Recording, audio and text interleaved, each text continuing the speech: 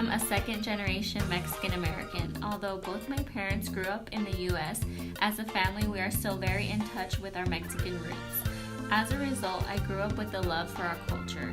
My first cassette was Selena's Amor Prohibido, and I'd choose a raspado over ice cream any day. When I was in elementary school, my mom would pack my lunches. One day for snack, I had chopped fruit with chile.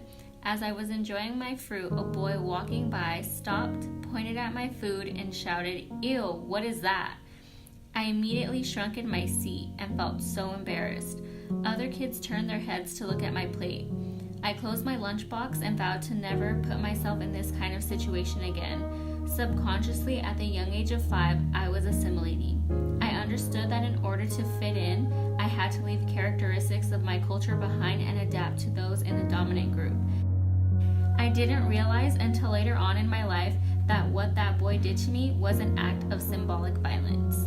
The dominant group creates a context in which the norms, values, and tastes of other groups are labeled as inferior. This leads us into the idea of social norms in school. More often than not, kids are bullied for showing their cultural heritage at school and straying from the social norm.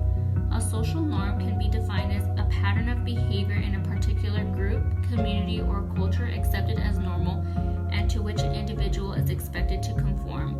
Being a kid in school, we can oftentimes feel like fitting into peer groups is the most important thing about school. And if we don't get accepted into social norm groups, we feel excluded and bad about ourselves. Growing up, teachers and parents play a vital role in our lives. However, sometimes teachers and parents can be uneducated in how our cultural background affects us. How many times have you felt completely lost during a lecture because your teacher was using an experience of their own? I know I have.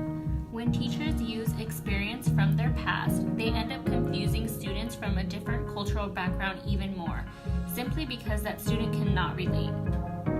These are the types of cultural differences that many teachers are unaware of, but can easily be solved by taking the time to learn about the culture of their students. Unfortunately, discrimination does not stop at the teachers themselves, but expands to the entire school as well. Traditional parents who only see their culture as superior to others are at fault as well. Raising their child to act, speak, and breathe their culture only causes them to be narrow-minded. This feeling of superiority can sometimes cause those children to bully others or be the one teased and feel like their culture is at fault. It is a part of a parent's job to teach their child that there is more than one culture in the world and to find ways to encourage ways to embrace it. Hidden curriculum is the underlying curriculum designed to reflect and promote the interests of the dominant class. The hidden curriculum can be argued to produce certain students, majority whites, to be successful leaders rather than followers. By doing so, schools encourage racial inequality along with creating a status quo. Although it seems that many of these issues are too large to manage, there are actually ways that we can make changes. This brings us to solutions. We should all know that diversity makes for a rich tapestry, and we must understand that all threads of the tapestry are equal in value no matter what their color.